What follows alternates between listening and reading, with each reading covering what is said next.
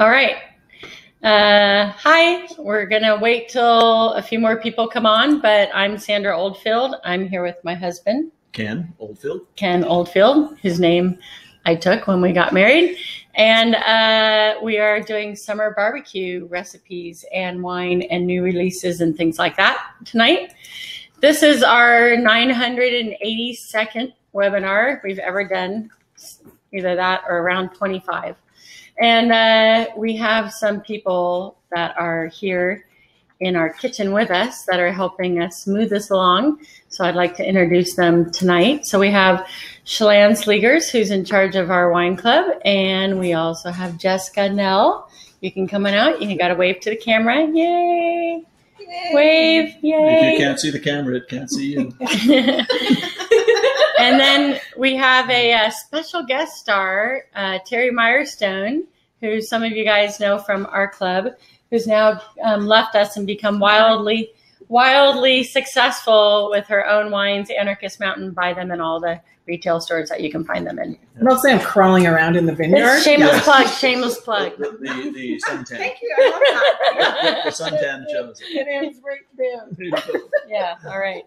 So speaking of suntans, we'll talk about mine in a little bit because I have a new convertible and I went out for a drive and got burnt this Saturday weekend. and Sunday. Yeah, so not so good.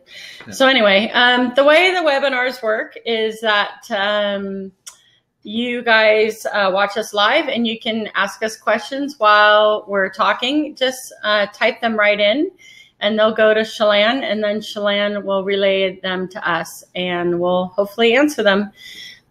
We have an hour to talk about some of our wines, as well as some things that Kenn has barbecued tonight. And just to start off, I'm not sure everybody totally understands this. I'm pretty sure most of the people who know me know this, but I don't do the cooking in this home. So Kenn, my entire life, has been our chef. I stopped cutting your meat, though. Yeah. So that's an interesting story. Because I moved up here from California in 1995. And Kenn's two kids were pretty young at the time. And I sat down at the table. And the first meal we had, he started cutting my meat. Which is not really true, but he always says I make this up, but yeah. It's early yet, so we're not fighting yet, which yeah. is good. All right. So anyway, we're going to get started. We're pouring some of the wines that some of you may have just received in your club shipment if you're a club member, or are going to be getting. And if you're not a club member, I think they're all available right now at our wine shop. So you can, if you have them at home, you can feel free to open them up as we go along. Most people don't do that because you bogart it or you're miserly about it. So we'll just open up the Pinot Gris, I think, and get started, because it's been something like, I don't know, 5 minutes and we haven't had anything in our glass yet. So, and the one thing I really like about Canada, other than the fact that you were in it, was Canada is kind of neat because on TV you can drink. You can drink on TV in this country. Like, it shows people drinking. You can. And that's different from the United States, because in the United States you can't drink on TV. So this is probably not going to show up very well, but I'm going to hold it up there anyways. Okay. It's our 2016 Pinot Gris. And that's a slightly new label for us, not wildly new, but a little bit of a tweak. And this wine was made by Andrew Moon and Andrew Windsor. The Andrew, I call them the Andrew sisters, but that's not good, is it? No, it's not.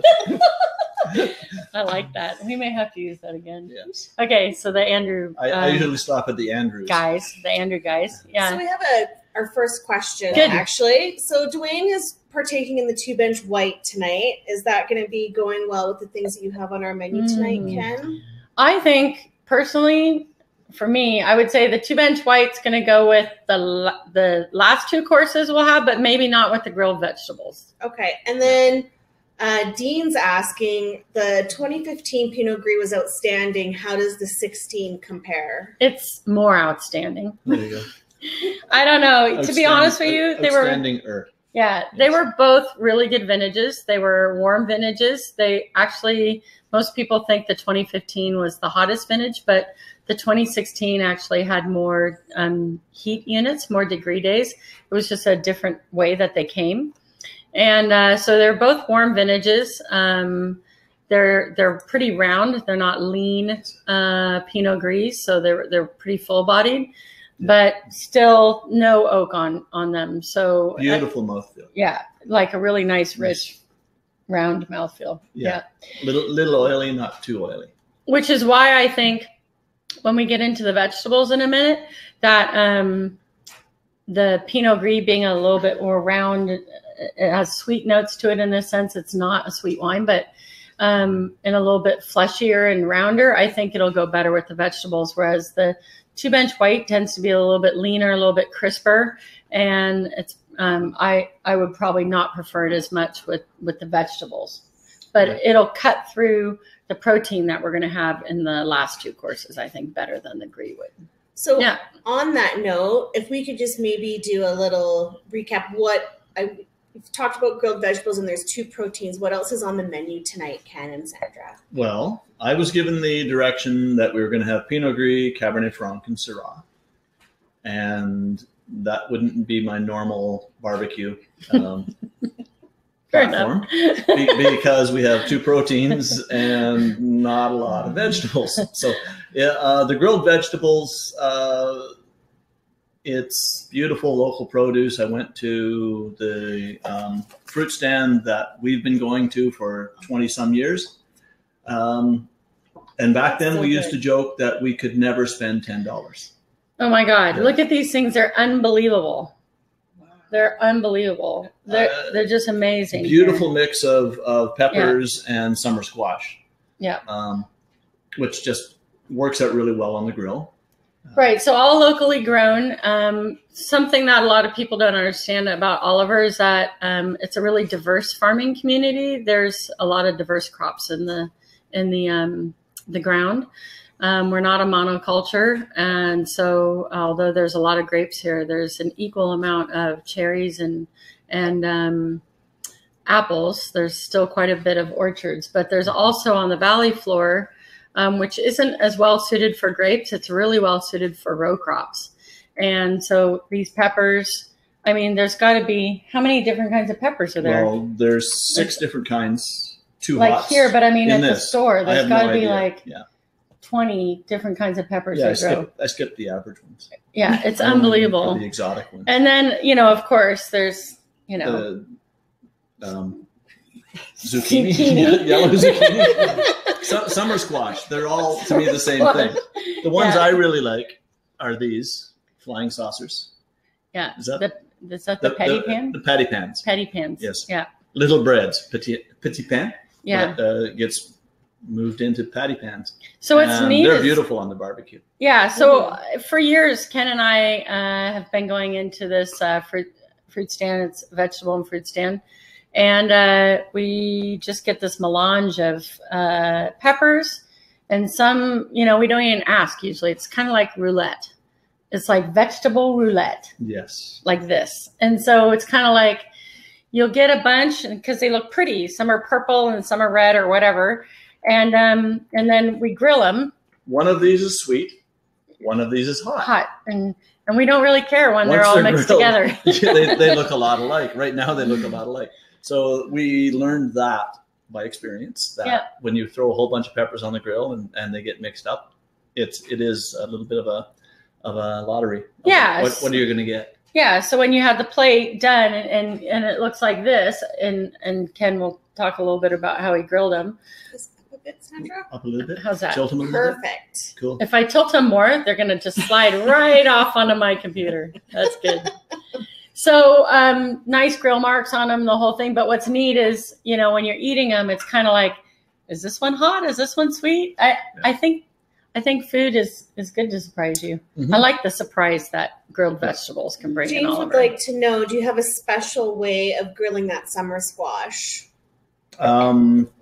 My barbecues are very simple. So this was sliced into 1/2-inch chunks, brushed with olive oil with garlic, onion, salt, a little bit of herbs, whatever I reach when I reach down to the herb shelf.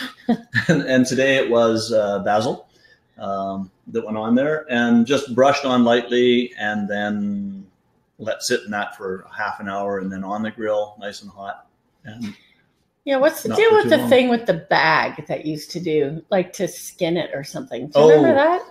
With these are all very thin-skinned peppers, so they can't see that when you hold it. These are all very thin-skinned peppers, so that they don't need to be peeled. When you cook them, they're going to be just readily edible. But if you get the big red, green, yellow, and orange bell peppers, they've got a thicker skin, and so you char the skin, and then you put them in a paper bag to steam, and then the skin will peel off very easily, and then you've got the pepper with the skin off it. Why don't you have any onions in that mixture? There was no onions. Huh. It was Walla Wallas only. Oh, that's too bad. No, I like the local onions aren't ready yet.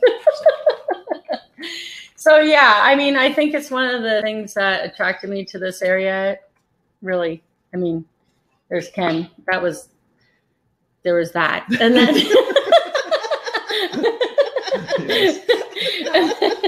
and then, but you know, it's that local produce, and you know, I will admit, food in Canada is more expensive than where I came from in the U.S. overall. Over the course of the whole year, it's more expensive, but typically that's because I realized that when I moved here, I was doing things wrong. I was actually buying, you know, foods that weren't in season, and that's why they were so expensive. And in California, you're so used to everything being in season. Yeah. So you just buy it in December, you buy it in July. When you want it. Yeah. But up here, I mean, Kenn really forced me to be buying the foods that are grown locally in season. And so now we tell our daughter, like, she'll say, how come I can't get a good orange in December? Like, because it's December.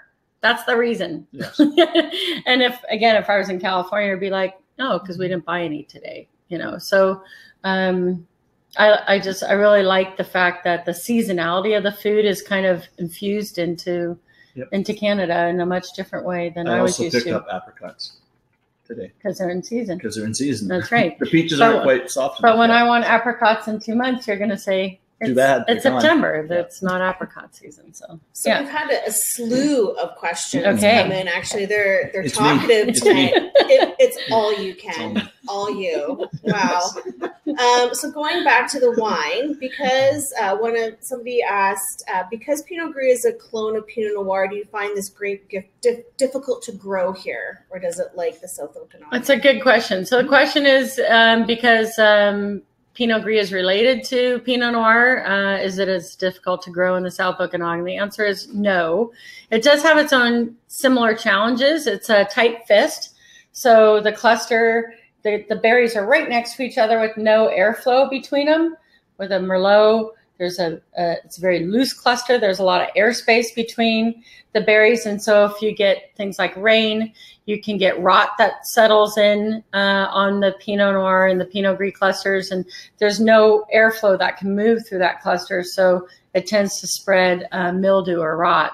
So there are some similar challenges, but on the whole, there's no difficulty at all with growing Pinot Gris in almost any place in BC. I mean, there's Pinot. I can't think of one place in BC that's even an emerging wine region that doesn't grow Pinot Gris. Right. And because it's grown for a different reason. You're growing it to make a white wine rather than a red wine. And the Pinot Noir, you want to hang longer and to develop those flavors in the skin, where the Pinot Gris, you're going for the juice and pressing it right away. So, right.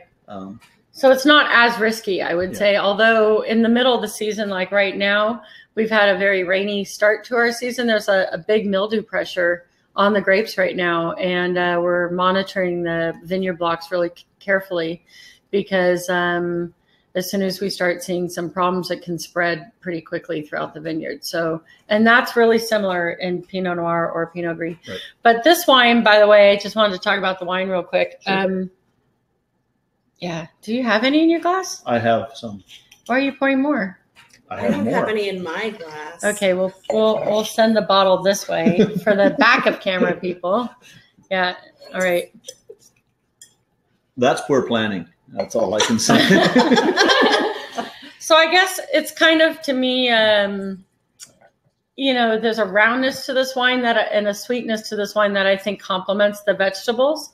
And because the acidity in this wine isn't really high, it doesn't tend to bring out a lot of the really strong flavors of the vegetables. It tends to match better with them. I mean, I don't have the vegetables in front of me that I'm eating because I so loathe the idea of eating on camera. I'm not going to do it tonight. Not doing it. In fact, I did it earlier tonight. And we've already eaten. And yeah. You're seeing our leftovers. Yeah, that's right. Fair enough. And this will be an omelet in the morning. But we did have this with dinner, and Yes. it paired pretty good. But again, when you get a mixture of these type of vegetables that I'm looking over at, sorry, I'm not looking at you guys, but when I look at the over at the vegetables, they're so different that, I mean, I'm sure this wine's going to go with some of them and not with others. So you don't worry about it. It's all kind of just zen. You just kind of figure it out. Yeah. Plus, it's so easy to open up a Pinot Gris. It's not wild. They're not wildly expensive wines, and they're really well-made wines in BC. Ours is awesome. And they go with so many foods. I mean, I would say the Pinot Gris would almost go with everything we have here tonight because it's just kind of an all-around wine. Yeah, we actually have a great comment from a viewer who said they love to drink it with spicy food. Mm-hmm. So yeah, and again, you'd mentally think that it has a coolingness to that spicy food because there's this fruitiness or juiciness to it, a sweetness. But because of the mouthfeel, there's a perception of sweetness. That's right. But actually, in reality, it makes the hot salivate. Foods taste hotter. Can do. It can't. Yes. It tends to make the hot foods Yes. taste hotter, but you mentally feel like it's cooling it down a bit because the acidity opens up your taste buds. But alcohol always brings out the heat in foods, regardless of whether or not it's a white wine or a red wine. So yeah, all right.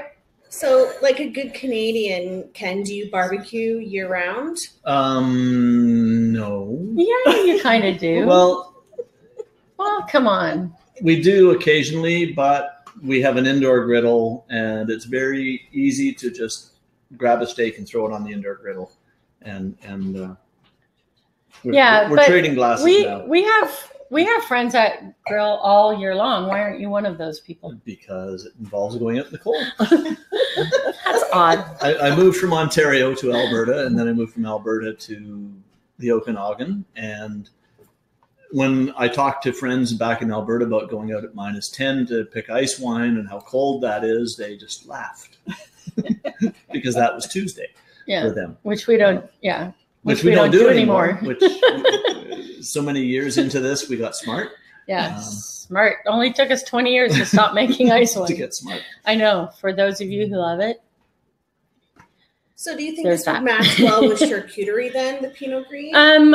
Absolutely. I mean, at Miradoro, our restaurant, that's what I've been ordering this year is this charcuterie platter. It goes pretty well with anything. I mean, you compare, I would not normally put a more tannic red with that.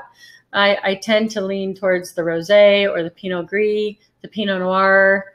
The Chardonnay is really good with it. So, charcuterie platters, if they're done with the way Miradoro does it, is with, they actually have a pretty minimal amount of cheese, and they have a lot of other things like olives and scapes and garlic scapes and stuff like that.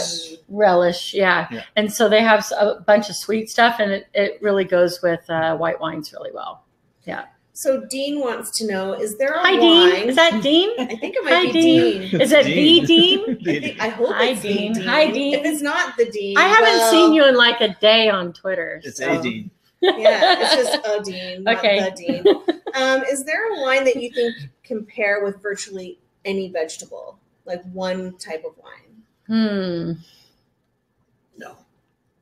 I can't. Well, if I had, I don't know. Brussels sprouts. Yeah, nothing goes with Brussels. Well, maybe Chardonnay. Well, depends. Yeah. With brown sugar and walnuts, could be something. One wine. I don't know. I would first of all, I lean always to the whites because the tannins quite often will bring out the bitter components of vegetables. Yeah. So you definitely start with the white, but I wouldn't go sweet or I wouldn't go off dry. And so that tends to narrow me down more towards the Chardonnays or the Pinot Gris or maybe a dry Riesling, but I don't know. Yeah, there's so many ways to prepare vegetables that it's like everything. There's too many variations. But I've had some really bad pairings with vegetables and like Pinot Noir, and again, Brussels sprouts and things like that. Asparagus. They can get really bitter, and they make the wine taste thin and bitter. And so, I mean, you'll know when you've hit a bad pairing. You don't often know when you've hit a good pairing, but you definitely know when you hit a bad pairing. And for me, often it's vegetables and red wine for sure. Yeah. Beets. Yeah. I don't eat beets. I do. I love beets. I love beets, and it is that Dean. Roasted Hi, beets. Dean. Roasted beets and red wine. We're moving on to red wine now. Okay. Cab Franc 2015 new release ish. Yeah, pretty well new release. Yeah. Yep. And we love Cab Franc at Tin Horn Creek. So not only do we make a lot of Cab Franc, but we are making more Cab Franc because we have about an additional 1, 2, 3,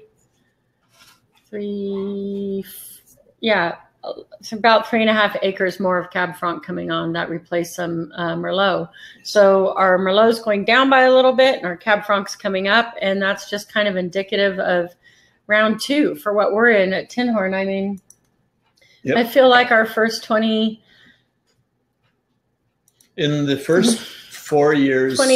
years was round 1, right? Yeah, first 4 years of Tin Horn Creek, I made a lot of decisions that an engineer makes with advice from viticulturalists that we had to live with for 20 some years, which is what do you plant where? Yeah. And it's a big investment to do that. So you live with what you've decided. And as you gain your experience, then when it comes time to replace those vines, you look and say, do it again, do it differently. What would I do? And if I do it differently, what would I do? As Sandra said, Merlot, replace that with Cab Franc. Yeah, Cab Franc was one of the best decisions we made, but it took us so long to figure that it was a good decision. To convince the world. So from 94 till about 2005, so the first decade, we loved Cab Franc, but we couldn't sell it. And then we could sell some of it. We sold a lot, but it took a lot out of me because I was on the road 70 to 80 days a year. And a lot of it was people just didn't want to buy Cab Franc because they didn't know what it was. But yes. When do you add the Franc to the Cab? A lot of questions. I got so many questions about Cab Franc. And then somewhere in the middle of the 2000s with new investment that came into the valley and a bunch of new wineries opening, what that brought was new sets of eyes at the Okanagan, and those new owners were looking around for what's new, what's something new and cool we can plant that nobody else is doing. And although we had been doing it for 10 years, it wasn't widely planted. And so there was a new renaissance in a sense of people planting Cab Franc, talking about Cab Franc and selling Cab Franc. And now 10 more years after that, or 25 years into it, when we're going to replant our vineyards, we're looking at, we need to plant more Cab Franc because it's not only the consumers like it, so it has that plus, obviously, because you always make a wine to sell it. But the bonus on it is it's so awesome in the vineyard, and it's so well suited to the South Okanagan. So it's got that great marriage of, we've learned how to grow it well. Yeah, we've learned how to grow it. It grows well here, and you guys love it. And so it's kind of like our marriage, right? It's kind of like you've learned to love me for 20 some years. Whatever. So actually, as an aside, a big shout out to my mom and dad, who I know are not watching tonight because because I just know they're not watching tonight. But today is their 64th anniversary. Right. Can you believe that? 64 years married. Unbelievable. We'll get there. Whatever. So we're on what? 22? I know this. Yes, but I remember the date. So, just a comment, the color on this cab is terrific. How long did it spend on the skins? So just talking about that with Andrew Windsor, all the wines now are pretty well pressed off within 3 days of dryness. And so if they're not happening, so in other words, the short answer is no extra time on the skins. Just during ferment, the ferment is done, the wine gets pressed off. And I'll just give you an anecdote about that. When I had moved up from California, winemaking down there was all about extraction. It still is. And of course, I wanted us to have big red wines as well. And so I did a similar regime to what was going on in California, which was you ferment the wine. And then after it's done fermenting and it's dry, you leave it on the skins for another 2 to 3 weeks. And that, not a week, but 3 weeks to give it this really round richness of tannins. I was doing that for a few years, and then I found that the wines were really harsh, and the tannins were quite bitter and very astringent. And so I was having to spend a lot of extra time doing more fining, which means adding things to the wine to pull the tannins out. And at some point, you do this for a few years, and you realize, why am I putting more things in the wine and then pulling it out before it goes in the bottle? And so the new tactic that I started taking, of course, the tactic that we take now with Andrew Windsor, is bring the grapes in ripe, ferment it, get them off the skins. And if the wine was ripe to begin with, you're not going to have any issue with not getting enough extraction. So, I mean, this wine is really beautiful, dark. It's got a beautiful color to it. It's not super black, but it's got some really pretty vibrant colors to it. And it was pressed off right away. But I know 2015 was a very ripe vintage. That beautiful young wine purple. And it was a pretty low crop vintage. So we were significantly down in wine that year. And so if I would highly recommend that whatever we're charging for this wine, you just pay us extra. Yeah. Because, it was a low crop year, right? Yeah. I don't think there's tipping in retail. There is tipping, it turns out. I've been at 2 wineries recently that have tip jars. No, not tip jars. It's on the Interac. Oh my God. I'm not saying it out loud, but it's out there. So like you've had your tasting, and then there's you go to buy your wines, and then there's a slot for a tip, adding a tip. So everybody, in our tasting room now is going, yeah, why don't we have that? So Carol would like to know, do you think that there are liquor stores here in Alberta slowly being educated as to the wonders of Cab Franc? It still seems to be easier to find Merlot. Hi, Carol, by the way. Hi, Carol. My other favorite friend on Kitchen Chat. It's funny, in those lean years where we couldn't easily sell Cab Franc in the early 2000s, it was actually Alberta that was buying more Cab Franc than BC. And again, they just saw the word Cabernet. They didn't see the word Franc. They just saw it as a Cab Sauv. I know that this was the case because, beef is big, and it was big back then, of course. And they would see Cabernet anything. And so sales of Merlot were down in Alberta and Cab Franc was high. BC, it was the opposite. Again, 10, 15 years later, I can't explain to you why Cab Franc would be a harder sell, other than the fact that typically once they catch on to the fact that it wasn't Cab Sauv, they tend to lag a few years behind sometimes from BC. And I think that's really indicative of the fact that BC has such amazing homegrown wine writers that really tell the story of the varieties even better than, or I should say more than what you would see with some of the media in Alberta. They're just closer to the product, and so they have a better line on it. Yeah, out here. We need to talk about food. Oh, okay. So sorry. The food pairing. The food pairing is embarrassing because, So we had this earlier tonight, and then it spilt on me. It's a very special. It doesn't look that exciting now. It looks really boring and dry when it's just a burger. It's just a burger. It's just a burger. Barbecue is burgers. This is a blue cheese butter stuffed burger. It did it again. It's so awesome. So awesome. It did that again to me. So blue cheese and butter mixed together. Stop doing the butter thing on it. Put into the fridge to harden. Cut into medallions and then formed into the middle of the hamburger. God, I'm gonna need a napkin again. Sorry guys, I'll need a napkin. Now you need the onions as well. Okay, I'll get there in a second, but I'm. Terry, if you could bring the onions over too.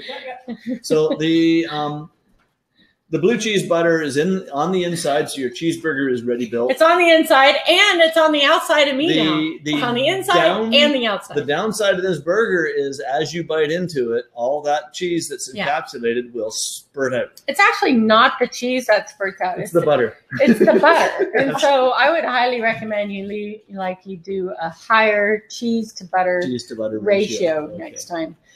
So it was good. But it's really good. But you almost had to drink it.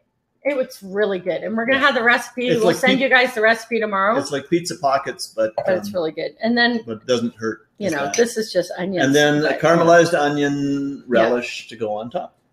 Yeah, which was great. But stolen, borrowed. Adapted. I'm gonna try this one more time. So, Ken, yes. Sharon would like to know, there we go. Do you get your recipes from your imagination or out of cookbooks? Would this be Sharon Doherty? Do you think it would be Sharon? I don't know. It might be Sharon Doherty. See there. Can you see that? Yeah, that looks good. I've been cooking for probably 50 years since my mother handed me. How old are you? I'm 60. Since my mother handed me a cookbook and said, "Here's how you make oatmeal." 20 years ago, everything I had was cookbooks. And now almost everything I have is the internet. So, you look in the fridge, you say, I have chicken, bacon, and Swiss cheese. Bacon. You type chicken, bacon, Swiss cheese, and you find a dish. Okay, so that's a tip first, by the way. He Googles his whole life away. So he Googles, and so do I, but he Googles every dinner.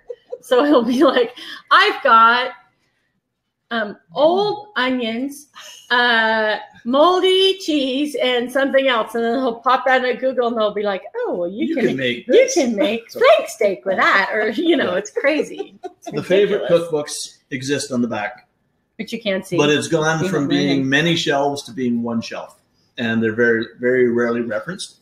I do get a lot off the internet, and then I adapt, make it up. Yeah, and then my mom, when I moved up here, sent me up here with a ton of recipes. And even 2 days ago, he's like, "Where's your mom's cookbook? Because I want that recipe." I mean, and this is 20 plus years later. So, and it wasn't the one that had tang. Yeah. Oh, yeah. That's another one. Anyway, these burgers, I have to tell you, you just make you put the butter and cheese mixture inside the burger. Yes. And then you flatten it out. Burger it. Then you grill it. And these are pork burgers, right? I use a combination of pork and beef. Why do you do that? Fat. For the pork. For the pork. The pork gives you more fat. Another thing that probably ended up on my shirt tonight. More fat. Yay. But I don't add egg. I don't add breadcrumbs. I don't add milk. It's the meat, salt and pepper, and the cheese. And I learned that from Chef Jeff. He said, buy good meat and don't ruin it. So that's kind of an adaptation. Less is more. Less is more. And then, by the way, there's nothing we're going to show tonight that is a better wine pairing than these burgers and Cab Franc. End of sentence. Like Cab Franc and barbecued burgers, it's unbelievable. Like, anyway, that's it. Like, if I could just have That's all I want. That's all the rest of the week then. We have That's all I want. leftovers. We have That's all I want. It's like, I don't want it on my shirt, but I want it. Yeah. It's Do you really think good. ribs would go well with the Cab Franc? You know, anything meat goes good with Cab Franc. It's just so savory. And especially with this 2015, what's really nice is it's a really smooth Cab Franc and really rich. And Cab Franc has a natural acidity found in the grape that stays elevated, stays high, even at the tail end of harvest. And so the acid, unlike Merlot, tends to stay a little bit higher. So when ferment is done, that acid is still a little bit higher. And that higher acidity in the Cab Franc just brings out all the flavors in protein. And if you have a lower acidity wine, like from a hotter climate, you know, it's not going to bring out all the barbecue flavors that you get with this wine. Yeah. Pork side ribs are really good. Again, less is more. What's salt a side and pepper. rib? Well, then what makes it different from a rib? Back ribs. Oh, okay. Back ribs. Yeah. I didn't need the full. We'd have to censor the camera. Yeah, keep your shirt on for this webinar, okay? Okay. I was thinking of my shirt, but yeah, we're good. pork side ribs, a nice rack gives you, again, salt and pepper. Just keep it simple, and then finish it on the barbecue with whatever kind of barbecue sauce you want. And you're laughing. Oh my God, this is fun. I wish we could do this for the rest of our lives. There we go. Yeah. All right. I'm sure we can sell it to CBC. All right. Okay. We have any more questions before we move on to the next one? Well, we do. So Dean would like to mention that he's going through BC Wine Chat withdrawal. And he also would like to know, is there a grape varietal that we don't grow that we wish we did, like i.e. Carmenere? Like at Tinhorn Creek? Yeah. Okay, so the first comment about he's going through BC Wine Chat withdrawal. Well, I'm not. So I can't, I actually really don't enjoy, like, I want to do it all summer long. And then sometime around mid-July, Ontario Wine Chat stops on Twitter. This is a Wednesday night chat on Twitter about Ontario wine. We have a similar one called BC Wine Chat. And they stopped doing it. And I go, oh, yeah, it's summer. They've stopped doing it. No, I'm going to keep going all summer. And then like a week or something into it, I realized I'm just can't do it in the summer. I'm just too busy. Too busy. And then I also don't have, I usually have fallback people, Dean, that like Paul Rickett or that other people that can take over the chat when I'm busy, but they're busy in the summer. And so I find that I'm constantly trying to find people out there to host it for me. So it'll be back in the first week in September. I'll do it for a couple weeks, and then I'm going on vacation for 3 weeks, and it'll be hosted by somebody else. And then by October, I'm back on. So, and again, for those of you who don't know, this is a chat on Twitter on Wednesday nights from 8 till 9. I had to think when I usually do it because I haven't done it for a couple weeks. Yep. From 8 till 9, and you just put in the # in BC Wine Chat. It's called a hashtag. A hashtag, but ours, some people don't know that. It used to be the # hashtag. Yeah. It's a #, whatever, and or the number sign, whatever, and then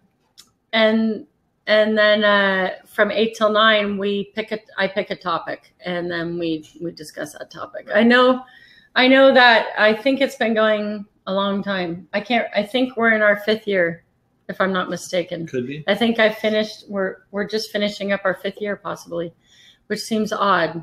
Maybe it's 4th, but I don't know. It's been going a really long time. But I will tell you, Dean, one more quick thing before we get into the last recipe and the last wine is that what's really neat is that when we kick it off again in fall, I think the first one or the second one that I'm here for, we're going to be discussing the Como case in Ottawa, which is the Supreme Court case that is we're hoping, is going to allow for free trade between the provinces, and included in that, we're hoping, will be wine. because the political route to that is a failure, to be frank. I hope all the politicians are watching me tonight. They had a big press thing saying how they were going to be opening up trade between the provinces. And the little asterisk at the bottom of the press release was alcohol not included. And again, most of us in this room and most of you guys who are watching me, you don't think of wine as alcohol. We're a farm product. Yep. We are small business. We are farmers, and we are tied to the land, and we don't appreciate being called an alcohol product. And so for me, I think it's really important that everybody gets on the same page with this court case. And so we'll be doing our first BC Wine Chat about that when I come back in September. So that was my little plug for politics, or cool. Not politics. Not politics. We're going to go the judicious route, the judicial route. All right. So while you're getting the third course ready, I'm going to pour wine. So can I pour that into some Our third course for the barbecue today was a guy who worked for us in our winery in the cellar, J.C. Oliveira. Yeah, like Brazilian. 10 years ago, right? Introduced us to picanha, which is Brazilian steak. And it is the top sirloin cap when you go to the store to buy it. It's not generally bought in North America, so it's still relatively cheap. And it is tender as all get out. And so you buy this. So 1.6 kilos was $22. Hand me the steak. Oh, yeah, and then I can show it while you're talking. Here's the steak. I'm going to show you the sizzle. So you buy it as the big piece. You grill it with rock salt on the outside. You slice that into steaks, and then you dip those in rock salt, and then you grill those. So very quick grilling, very rare steak, sliced on the bias, and then you just eat it as little strips of steak, and you dip it in. You dip it in this. What is this? Because we had it tonight. Farofa. Farofa. But what is it? This is couscous. It's generally made with cassava, which is not easily available in North America. It's easily available. Let alone Oliver. So Oliver, the place that thinks Swiss cheese is a gourmet is kind of like a hard wheat. So couscous, which is a semolina, is a hard wheat as well. Oh, no, you can't. I can't turn on the fan because, so we're going to get a little bit of smoke. So why don't you move the camera over and pretend like I'm not here? So you take these steaks that you've already pre-barbecued, you dip them in the rock salt. Are we good? I just gotta. There you go. There we go. And then you shake off excess. And if he lights my eyebrows on fire, you will be witnesses. So a good thick steak, and then it's just onto the griddle. Yeah, you'd normally, though, be doing this outside on the barbecue, right? Normally outside on the barbecue, normally at 600, 700 degrees, nice and hot fire. And you don't want to poke it. You want to grab it with tongs so you're not letting the juices out as it's searing in. And on the barbecue, you're doing about 5 minutes aside. So we're going to have a little bit of a vamp while this cooks. And Sandra gets to talk about am I the vamp? Can you guys hear me with the sizzle in the background? I think they can, yeah. Okay. Do you want to keep it on the steak? Or how about you move it? It's actually on Ken right now. So okay, I'll stand up and move over. Sandra, okay, we're good. Where's the wine? So, just a quick question about the Syrah. Is it only available in BC, or is it available elsewhere? Hang on one sec. Okay, so that's the 2014 Syrah. Yes. It's mostly available. Can you see me now? Okay. Oh, I gotta get closer to Ken. This is the patio daddy-o barbecue scene. The family that grills together stays together. Yay! Let me get some wine for that. It's available at the winery, but we don't make a wild amount of it. We only have a couple acres of Syrah, and so we only make a few hundred cases of this wine, and it basically sells mostly to our Crush Club members. It does sell out of our wine shop as well. And then you'll find it in more like restaurants than retailers. And so you won't see that much of it in Alberta. There's a little bit, but I think we only sent about maybe 50 cases out there. The rest of it would be mostly at the winery and in some restaurants in the lower mainland of BC. Yeah. I'm going to give this a flip now. You missed the flip. We missed the flip. Okay. Notice the key feature of this is the 1/2 inch of fat along one side. That's the outer side of the cap. And that fat just goes into the meat and makes it juicy, juicy, juicy. Yeah. So the odd thing about this, when we were eating it tonight, was that Ken had sliced it into like 1/2 inch slices, and then he had that dipping crumble stuff. Farofa.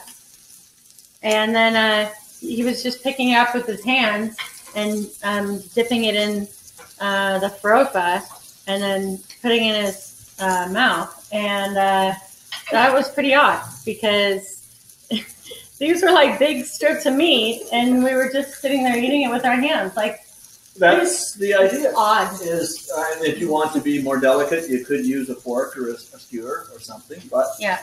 Brazilian barbecue is generally fairly casual and family friendly, and it's in front of you. Fresh hot slices coming all the time, so everybody just shares. And so I don't think there's any, like, it's not like this goes with the Syrah, but the Cab Franc wouldn't. The Cab Franc would go with this. The Merlot would go with this. The Syrah definitely goes with this, but, you know, there's not a lot of extra with this. There's not a lot of spice. There's not a lot of, you know, it's a pretty straightforward meat dish. And so, you know, any big, bold red would be nice. I like the Syrah because, you know, it's got a really neat pepperiness to it, and it goes good with the steak. So what we should probably do is turn this off because it's pretty loud. Because it's done. So what I was doing there was putting the fat down against the griddle and just giving it that final sizzle and sear. Yeah. And then you have to move that over. I have to move that over back in front of Sandra. You're going to have to move the camera. So can you order the Syrah online, though? Is that mine? I'm pretty sure right now you can. I'm not sure all the time. Can you right now? I think probably for our club members. Yeah. The club members Joanna, can. are you going to readjust the camera? Yes.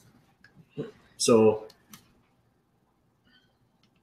Sandra's showing. How's that? That looks great. So apologies that we only had one camera tonight, but we had technical difficulties. Is that good enough there? Yeah, it's actually fantastic. So we're just going back and forth, but we're not going to go back and forth anymore. So if you guys got a little like seasick there with the camera, geez. So then it is. And they won't see you cut it, but Ken's going to cut some of it. It's okay because we'll have to go up again. So you're not going to make me like pick this up with my hands in front of people, and because I'm not doing that. So we go to. I already had a problem with the burger going all over me when I cut into it, so that's not happening again. No. So some great comments have come through about the new Syrah label, and then a question about the Syrah as well. How long did your Syrah spend in the barrel? So the Syrah is typically about 20-ish months in the barrel. Uses a combination of. Hey, that's just totally uncalled for in the middle of. Was it hot? Was it hot? That's great. Oh my gosh. When the camera turns off, he's going to be like, ow! No, it's not. Perfect. Don't talk with your mouth. Okay, so the Syrah is about 20 months in barrel, and the barrels, we're using an ever-increasing amount of Hungarian oak right now. We use French oak as well. This wine would see all either French or Hungarian. And if you guys want to think of the difference, Hungarian and French oak they're both European oak, so they're a similar species and sometimes the same species. they're uniquely different from the species that grows in America. Right. So they're related to each other, and those oaks, whether or not you get them from Hungary or from France, they have similar characteristics to them. But of course, just like wine grapes, wherever you grow the tree makes for different flavors. Yes. And people have a hard time understanding that because it's not often that you gnaw on a piece of wood, but I hope. But basically, where you grow a tree takes on the terroir of that area as well as does the grapes. So more and more, I find that Andrew Winter is replacing some of our French oak barrels with Hungarian oak barrels, and really liking the results. Well, and the other thing he's doing is going for the larger format, the 400 liter versus the 225. Right. So we're using larger barrels, puncheons, basically, instead of the smaller. And again, with a larger 400 liter barrel, it gets less oaky because less of the wine is touching the surface area of the oak at any given time, right? And then, the other thing is basically he's leaving it in longer. So it is going in barrel for longer than I used to leave it. And he's bottling it a little bit, like quite a bit quicker after it comes out of barrel than I did. And then the last thing is all these wines, definitely the Syrah and most of the Cab Franc are all natural ferment. So he's no longer, on a lot of these wines, he's not inoculating with yeast. He's just bringing the grapes in and letting them sit for a few days. He's sometimes adding a starter bucket of just grapes that they've pulled off and have started to ferment, and then they add that to the fermenter.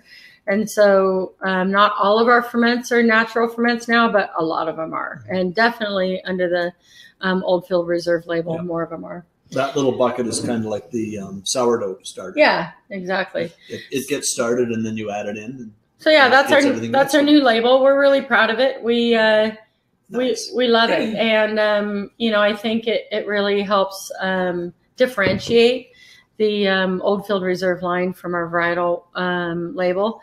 Before they were both white. They looked different, but they weren't very differentiated. And now I think it's a lot more, it stands out, and it's a lot easier to tell what's under the Oldfield Reserve label. And of course, the Oldfield Reserve name is on there, so that helps stand it out. However, the font is still large. Oh yeah. For those of my generation, we can read this. It's not that large because I don't have on the back label. I have to put my glasses on for the back label. Across the store, I can see my. Okay, fair enough. I can see my name. Fair enough.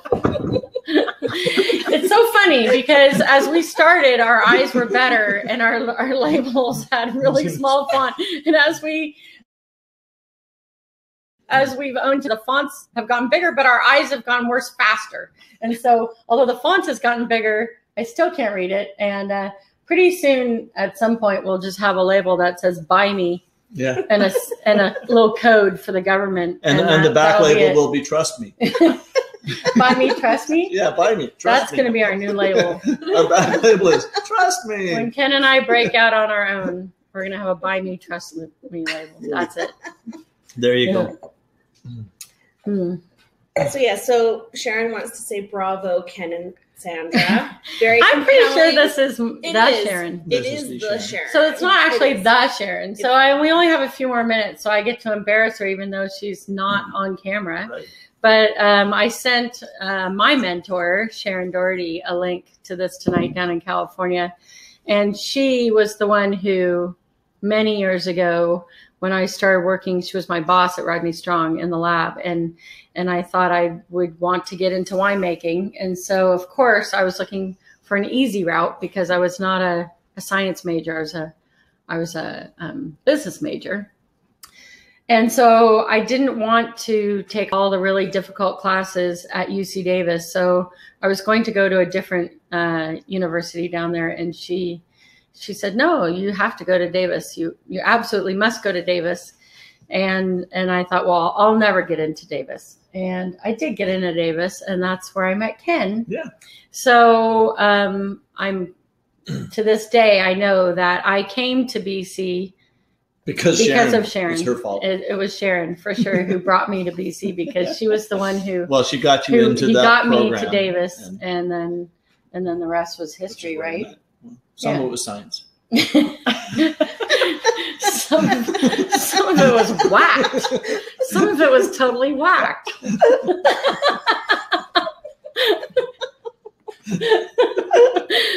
But anyway, we're not supposed to wake up. We're good. This is why I'm not allowed on these more than once every 3 years.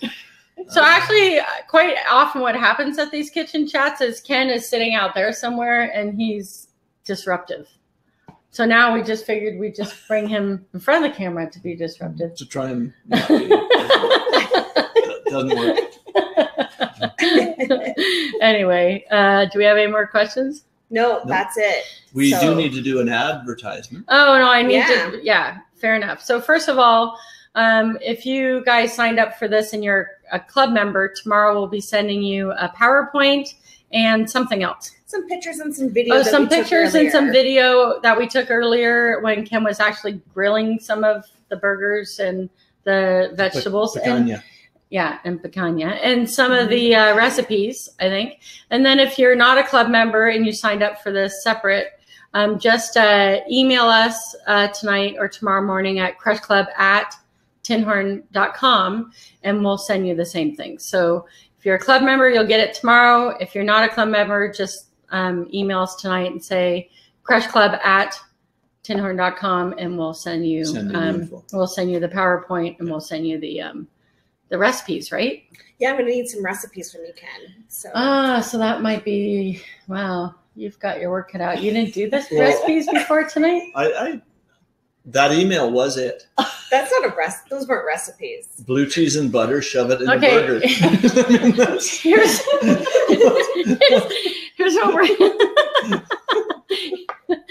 what we're gonna do. For those of you who want an actual question answered about the recipes, we're going again. Just email crushclub@tinhorn.com. And they will forward your question on to Kenn, and he will answer it on his email. How's that? I have to give credit to the stuffed burger to Ron Shuchuk. Oh, yeah, he's awesome. Beautiful barbecue book. One of the few that I still reference as a book. Yeah, one of the few books we've kept. It's a great book. We're probably not even allowed to do that, but we're in Canada, so we don't care. Yeah, so we don't care. And we drink on we drink on camera because we can. And our next webinar is going to be in September, on September 12th. And we're not 100% sure what we're going to be talking about. I think it's going to be the vineyard, and I might be here with Andrew Moon, but we'll see how that one goes. We skip every other month. And so our next time back on will be September 12th. And if we have no more questions. No more questions. Everybody just says thanks. It was great, informative, and that everybody feels that our webinars set us above the rest. Do you know what? I actually almost never remember to smile during these things. Do you like my shirt? Do you like my shirt? Let's end on that. Let's end on that, yeah. You're a dope.